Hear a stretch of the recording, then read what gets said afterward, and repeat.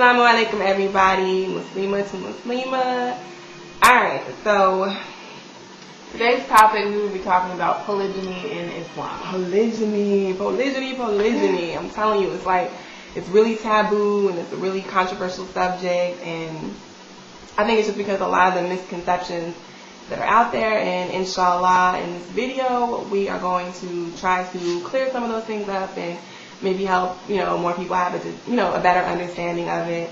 A little disclaimer: we are not scholars or anything like that. This is called MUSLIMAH perspective. So this is how we feel about it. You know what I mean? And inshallah you get with it, and some of y'all not gonna get with it. But for those of us who are with this, and for those of you who are gonna feel us, inshallah you will take something away from this video. And for the non-Muslims watching, inshallah, God willing, you'll have a better understanding of just what polygyny is in Islam. Okay, so first things first. What is practiced in Islam is polygyny, not polygamy. So, polygamy is when a husband can have more than one wife and when a wife can have more than one husband. However, what is practiced in Islam is polygyny, which is when the husband has more than one wife. A man is allowed to have up to 4 wives. That is the limit. 4 wives, and then you are done. So you can't have 5 and 10 and 15 and 100 and all those crazy numbers. A man can have up to 4 wives.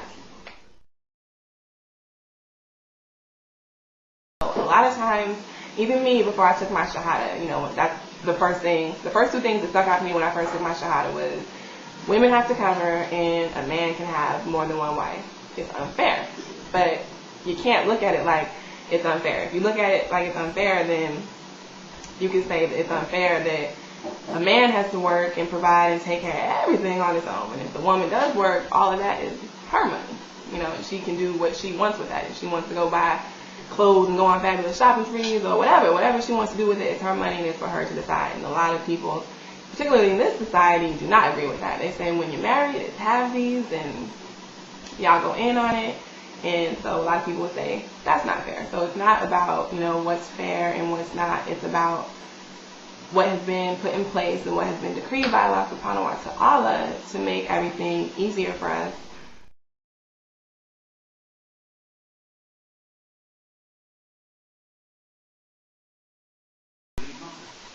So basically, you don't want to start off your marriage with negative connotations, like, okay, I would get a divorce if you do this, or I would get a divorce if you do that. Like Nadira said, it is one of his rights, and it's like Allah tells you that it's okay for a reason. You wouldn't say to your husband at the beginning of the marriage, you can't, pray, or you can't, read the Quran, or you can't fast during the month of Ramadan. I mean, these are things that are actually in the Quran. It specifically says that they are okay for a reason. Now, even though you may not understand it at that moment, it's not something that you should put in your contract, for my personal opinion.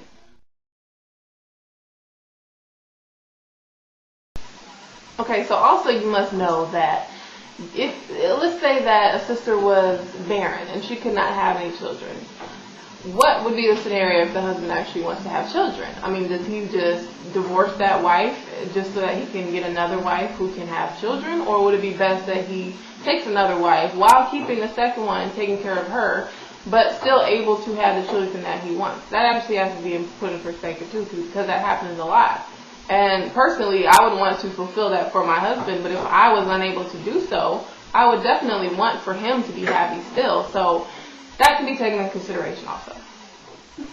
Alright, so basically what we're saying is, in your contract, you don't want to put all these disclaimers and try to set it up so that you're basically taking away, what is halal and what is permissible. And you also don't want to put things in there that are setting you up for failure, or even, going in that direction of, if you do what Allah has prescribed for you, that's it, I'm out of here. You know what I mean? You don't want to do it like that. Which goes back to, you definitely want to know where both of your heads are at before you even get married in the first place.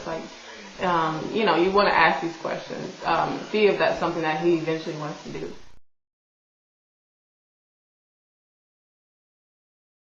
Look at it from a woman's perspective, if you can, try to find a couple who, is currently practicing polygyny and talk to the sisters who are involved in that marriage. Also, there's a group called Polygyny Petals on Yahoo, and it's for sisters only, so brothers don't try to get into this group. It's for sisters only, but it's for sisters who are interested in polygyny, who are interested in learning about the practice of it, or sisters who are currently in a polygynous marriage. And they talk about, a lot of different subjects, because we are women. We are still women, so we're going to have feelings about it, and different things can arise, especially when children come into the picture, just how to go about finding one, how to go about adjusting to having another wife in your family. So study it, be open to it, just be open to it. I'm not saying run out and this is you wrong if you don't want to practice it. It's not what I'm saying at all. I'm just saying be open to it, and at least open to the idea of actually learning about it, because I know from a non-Muslim perspective, and particularly in this society, it's all about getting married and having that one wife and the one wife forever.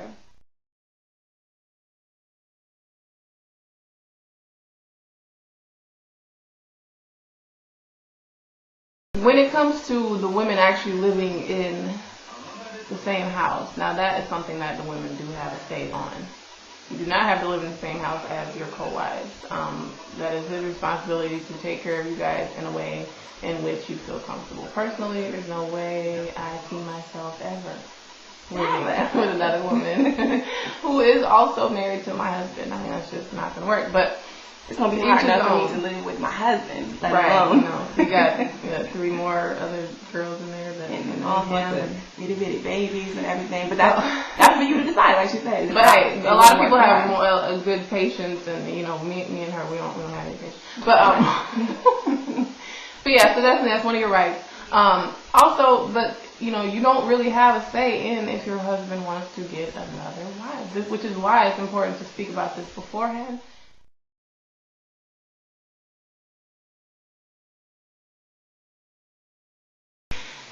Okay, so that was our topic about polygyny in Islam. Hopefully you guys have learned something new from this. And once again, we do want this to be an interactive vlog. So be sure to leave your comments. And we definitely want to hear from sisters who are actually in a polygynous marriage.